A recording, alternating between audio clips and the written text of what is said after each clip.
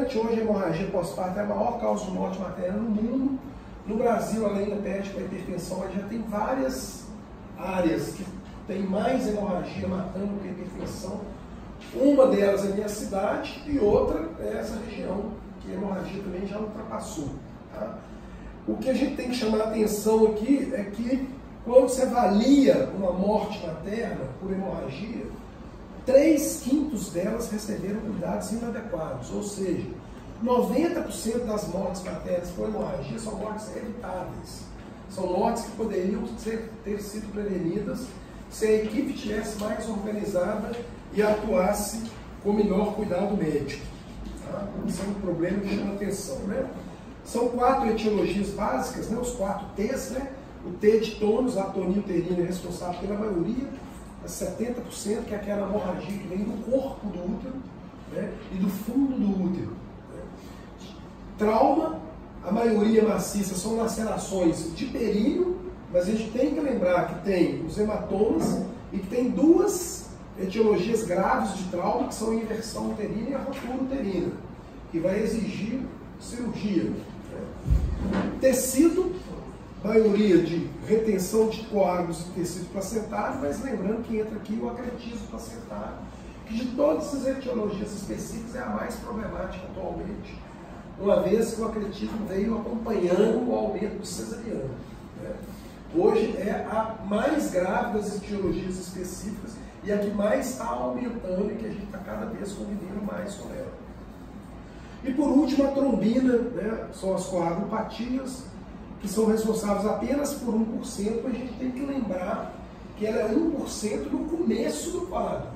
Aquelas pacientes que têm atonia uterina, trauma ou tecido que não são adequadamente controladas, o consumo dos fatores de coagulação vai fazer com que ela entre num quadro de coagulopatia, e a coagulopatia entra numa etiologia mista, que são muitas vezes os casos mais graves. Né?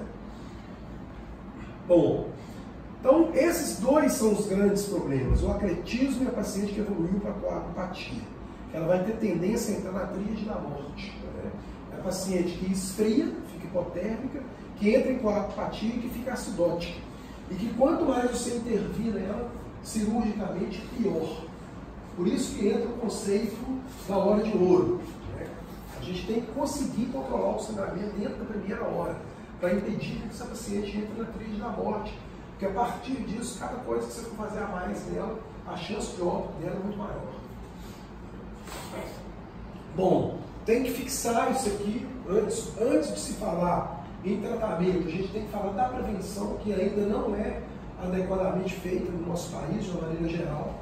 E é uma coisa muito simples de fazer. Né? É uma associação de estratégias que incluem, né, a ocitocina, o campeamento oportuno do cordão, a tração controlada do cordão, a vigilância do útero nas 2 primeiras horas depois do nascimento e o contato pela pele. Só que dessas 5 estratégias, a única que tem evidência científica, a que mais tem que ser feita é a ocitocina.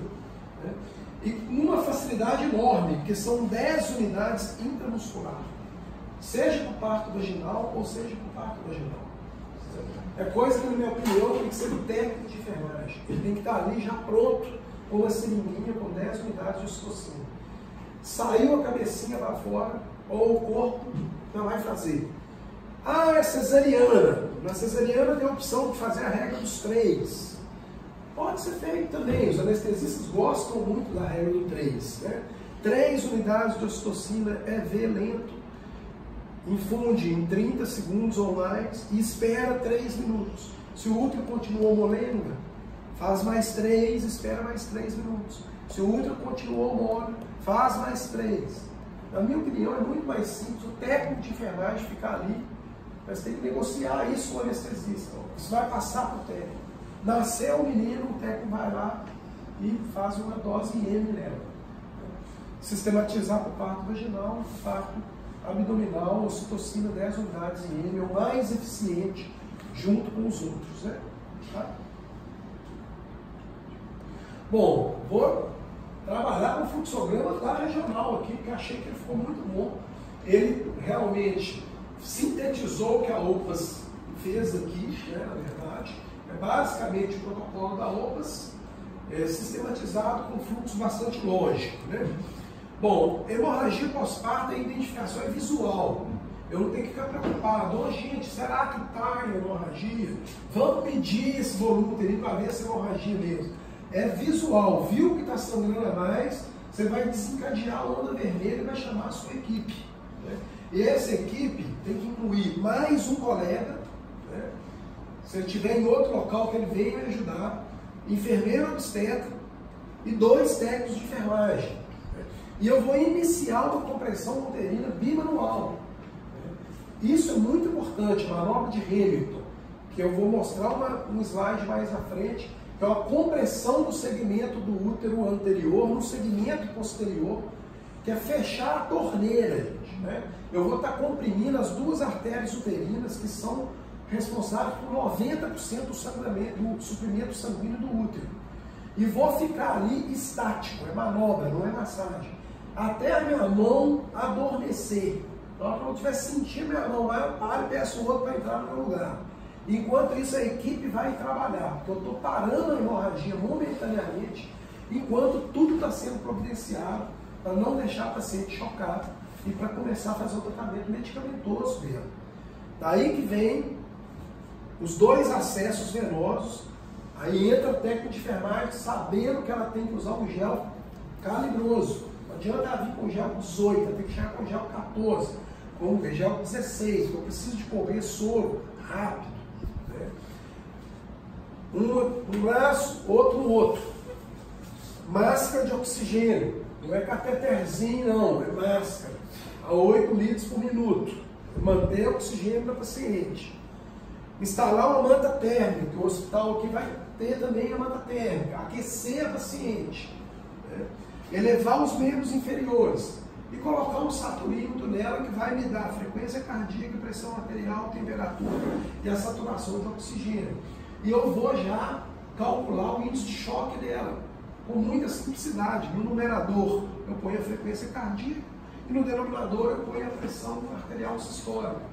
Se deu maior ou igual a 0,9, essa paciente está sob risco. Ela é candidata à hemotransfusão.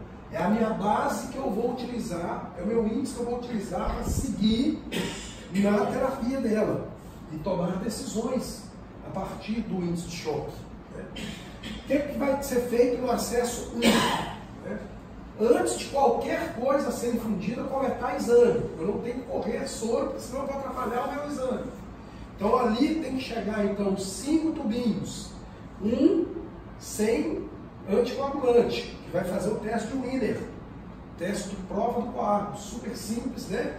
Aquece, pode ser na mão, na urgência, né? 10 ml de sangue, coloca na parede, depois de 10 minutos vai lá avaliar, formou o coágulo, eu tirei a coagulopatia da minha etiologia, e já vou ficar com as outras 3, a maioria vai ser todos, né? E os outros 4 tubinhos, hemograma, coagulograma, tipagem sanguínea e prova cruzada, né?